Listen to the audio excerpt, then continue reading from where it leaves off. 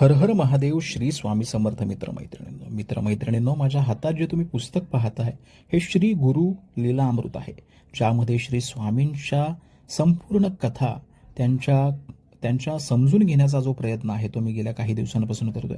यामधली एक सुंदर कथा जी मी आज वाचली ती तुम्हाला सांगणार आहे.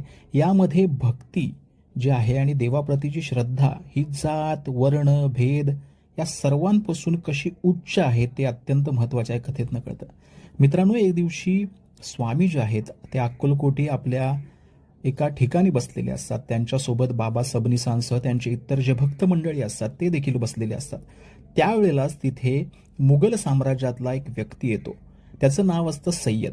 तो तिथे येऊन त्या सर्वांसमोर विचारतो की श्री स्वामी समर्थ महाराज कुठे आहेत, वो कहाँ पे है, असं तो त्याच्या हिंदीमध्ये विचारतो. त्यावेळेला श्री स्वामी समर्थ हिंदीमध्ये त्याला सांगतात की स्वामी महाराज तो अक्कलकोट में है. ज्या वेळेला श्री स्वामी समर्थ असं म्हणतात तर त्या सय्यद नावाच्या व्यक्तीला तिथल्या तिथं समाधी लागते. प्रचंड खूप वेळ त्याच्यामध्ये जातो. तो व्यक्ती एखाद्या दगडाप्रमाणे तिथे उभा असतो. आजूबाजूची जी स्वामींची भक्त मंडळी बसलेली असतात ते देखील आश्चर्यचकित होतात. खूप वेळ गेल्यानंतर श्री स्वामी समर्थ त्याला सय्यद या नावानं हाक मारतात आणि तो सय्यद जो आहे तो पुन्हा त्याच्यामध्ये संवेदना जी आहे ती पुन्हा येते आणि ती संवेदना आल्यानंतर तो सय्यद नावाचा व्यक्ती म्हणतो, श्री स्वामी समर्थ महाराज जी, आपने जब मुझे कहा कि श्री स्वामी समर्थ महाराज अक्कलकोट में है, त्याच वेळेला मुझे पर्वत दिगार जो है मेरे दिखाई दिए.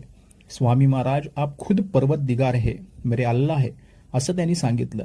आणि त्यावेळेला त्यांनी स्वामींना नमस्कार करून स्वामींसाठी जी काही गोष्ट त्यांनी आणलेली होती ती त्या स्वामींच्या चरणी दिली. पुढे तो सय्यद नावाचा व्यक्ती जो आहे तो पुढे स्वामींचा भक्त झाला. त्यांनी स्वामींची कृपा त्याला प्राप्त झाली आणि तो पुढे जाऊन हैदराबादमध्ये जाऊन अत्यंत सुंदर असं आयुष्य त्यांनी व्यतीत केलं.